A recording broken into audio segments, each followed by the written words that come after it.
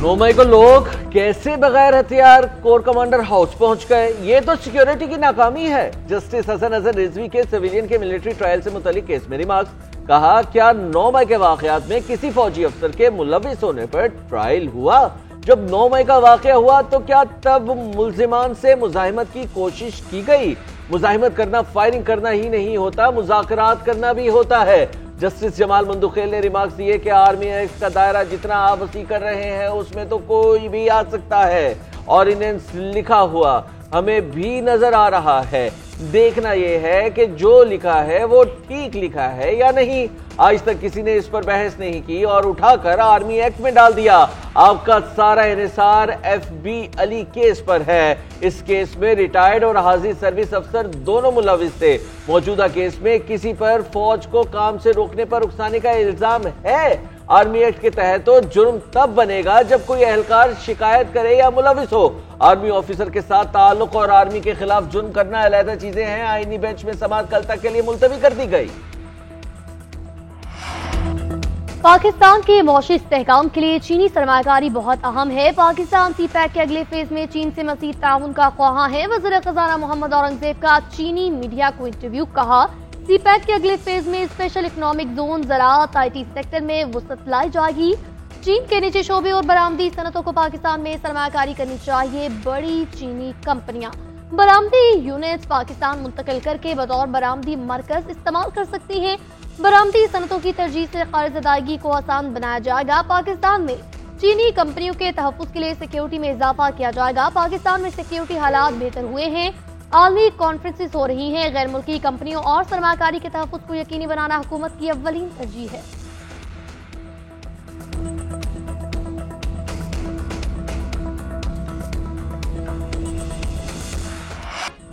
वज़ीर आज़म शहबाज शरीफ की ज़ेर सदारत वफाकी काबीना का इजलास। 8 निकाती एजेंडे पर गौर। राइट साइजिंग कमेटी की सिफारिशात मंजूरी के लिए पेश। नारकोटिक्स डिवीज़न को वजारत दाखिला, एविएशन डिवीज़न को वजारत दिफा में ज़म करने की मंजूरी का इम्कान। पेपरा रूल्स में तरामीम भी काबीना एजेंडे में शामिल। मुल्क की मजमूई सियासी और मुआशी सूरत हाल ज़ेर बहस। PTI के साथ तीसरे मुज़ाकराती दौर पर भी मुशावरत की जाएगी। काबीना कमेटी बराए कानून साजी और राब्ता कमेटी के फैसलों की तौसीक एजेंडे में शामिल। हुकूमती अखराजात में कमी के इक़दामात पर पेशरफ्त का भी जायजा लिया जा रहा है।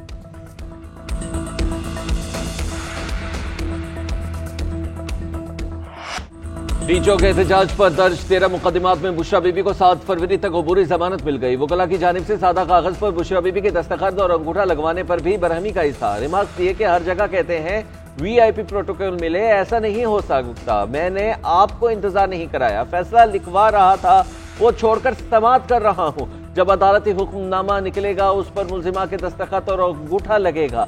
अदालत पर यकीन करना सीखे, फिर लोग आप पर यकीन करेंगे।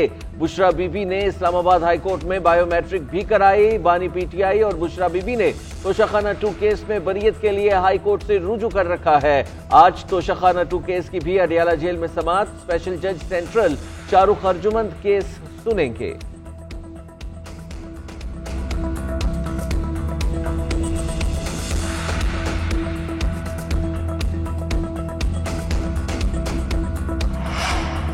ऑपोजिशन लीडर उमर अयूब को हर हाल में अदालत पेश होने की वार्निंग। इंसदाद दहशतगर्दी अदालत लाहौर का 3 मुकदमात में पेश न होने पर बरहमी का इज़हार। रिमार्क्स दिए, मुल्जिम 7 समातों से पेश नहीं हो रहे, आइंदा पेश न हुए तो जमानत खारिज कर देंगे। अदालत ने मजीद समाअत 1 फरवरी तक मुलतवी कर दी। इंसदाद दहशतगर्दी अदालत लाहौर में 9 मई के मुकदमात पर समाअत। 104 मुल्जिमों की अबूरी जमानत में 12 फरवरी तक तौसी। अदालत ने अलीमा खान, असद उमर, उमर अयूब और फवाद चौधरी समेत दीगर मुल्जिमों की दरख्वास्तों पर समाअत की।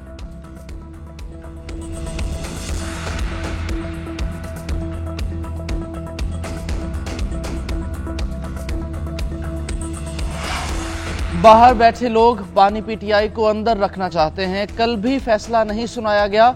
हिदायत पर अमल दरामद किया जा रहा है। फवाद चौधरी कहते हैं हुकूमत के साथ मुज़ाकरात मुस्बत अमल है। पंजाब की जानिब से भी मुज़ाकरात अच्छा इक़दाम है। माहौल कुछ बेहतर हुआ है। ख्वाजा आसिफ को मुज़ाकराती कमेटी में शामिल नहीं किया तो वो मुखालिफ हो गए। हर जमात में शिद्दत पसंद हैं। हम सियासतदान हैं, असलहा लेकर पहाड़ों पर नहीं जा सकते, बात करना ही पड़ेगी। असद उमर कहते हैं तारीख रही है कि अमेरिका के फैसले पाकिस्तान पर असरअंदाज होते हैं। बानी अमेरिका की तरफ नहीं देख रहे, पाकिस्तान के फैसले पाकिस्तान में होने चाहिए। फिगर कौमी असम्बली सरदार या सादिक दुबई से वतन वापस पहुंच गए। आज पार्लियामेंट हाउस में हुकूमत और अपोजिशन जमातों के अरकान से मुलाकात करेंगे। कौमी असम्बली का इजलास दोपहर 2 बजे स्केजुअल है। आज प्राइवेट अरकान की कार्रवाई का दिन 58 नकाती तवील एजेंडा जारी कर दिया गया। मुख्तलिफ अरकान की जानिब से 10 निजी बिल मुतारिफ कराए जाएंगे। कायमा कमेटियों की रिपोर्ट समेत मुख्तलिफ बिल मंजूरी के लिए पेश होंगे। आगा रफीउल्लाह और मोइन आमिर पीरजादा असम्बली क़वाइद व ज़वाबित और तरीक़ाकार में तरमीम की तहरीक पेश करेंगे। ऐवान में बहस के लिए मुख्तलिफ करारदादें भी पेश की जाएंगी।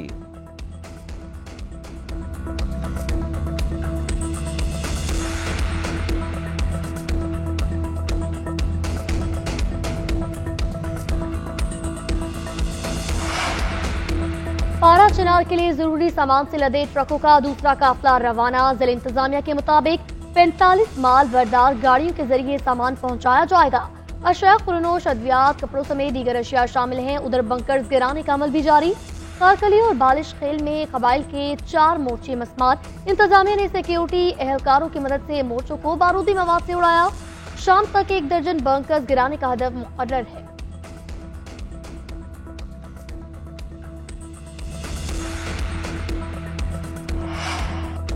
हम बुराई की कुव्वतों के खिलाफ मुत्तहद हैं, अमन खराब करने वालों को नहीं छोड़ेंगे। दुश्मन नासिर से आहनी हाथों से निपटा जाएगा। Army chief general Syed Asim Munir का 2 टोक ऐलान। पेशावर में खिताब करते हुए कहा, दुश्मन नफरत और खौफ का बीज बोना चाहता है, हम इसे कामयाब नहीं होने देंगे। आर्मी चीफ का दौरा पेशावर। फितना खारिज के खिलाफ इंसदाद दहशतगर्दी ऑपरेशंस पर ब्रीफिंग दी गई। साबिक जजेस पर मुश्तमिल इलेक्शन ट्रिब्यूनल को फौरी काम से रोकने की दरखास्त पर फैसला महफूज। विफाकी हुकूमत से आइंदा समात पर जवाब भी तलब कर दिया। लाहौर हाई कोर्ट के जस्टिस अहमद नदीम अरशद ने सलमान अकरम राजा की दरखास्त पर समात की। दरखास्त में इलेक्शन ट्रिब्यूनल NA 128 को काम से रोकने की इस्तदा की गई। मौक़िफ़ इख्तियार किया कि इलेक्शन एक्ट 2024 में तरमीम करके रिटायर्ड जजेस को ट्रिब्यूनल तैनात किया। जब इंतखाबी उज़रदारी दायर की उस वक्त हाजिर सर्विस जजेस इलेक्शन ट्रिब्यूनल्स में थे। कानून के मुताबिक हाई कोर्ट के जजेस को इलेक्शन ट्रिब्यूनल्स में तैनात किया जा सकता है।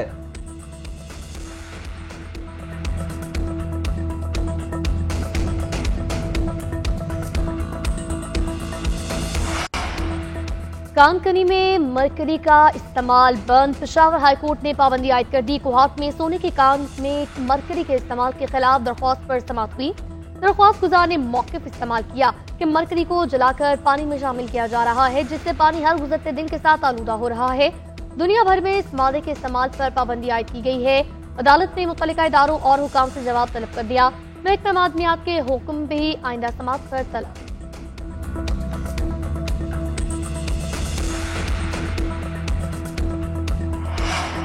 मुल्क भर में जाड़े का जोर। बेशतर इलाकों में मौसम खुश्क और सर्द रहने का इम्कान। बालाई इलाकों में बर्फबारी, पहाड़ों ने सफ़ेद चादर ओढ़ ली। चित्राल में शदीद बर्फबारी से लोगों को मुश्किलात। कई इलाकों का राबता मुनक़ता। मैदानी इलाकों में शदीद धुंध छाए रहने की पेशगोई। सबसे ज़्यादा सर्दी स्कर्दू में पड़ी। दर्जा हरारत -11 रिकॉर्ड। गोपस और इस्तौर में -10, गिलगित में -7 और हुंजा में -6 तक जा पहुँचा। धुंध के बायस हद निगाह 0। मोटरवे कई मकामात से बंद रखी गई। कौमी शाहराहों पर भी ट्रैफिक की रवानी मुतासर रही।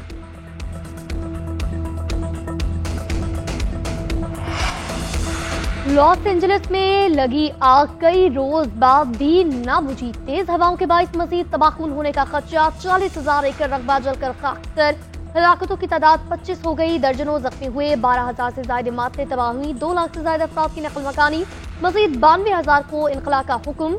अमरीकी मीडिया के मुताबिक 12,000 से ज्यादा फायर फाइटर्स, 1150 फायर इंजन, 60 तैयारे रेस्क्यू ऑपरेशन में शामिल।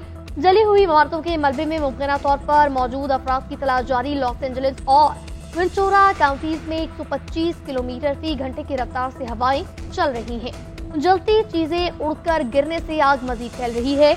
आग बुझने का दारोमदार बारिश के होने या ना होने पर है। उधर ईरान, कनाडा और यूक्रेन ने अमेरिका को मदद की पेशकश कर दी।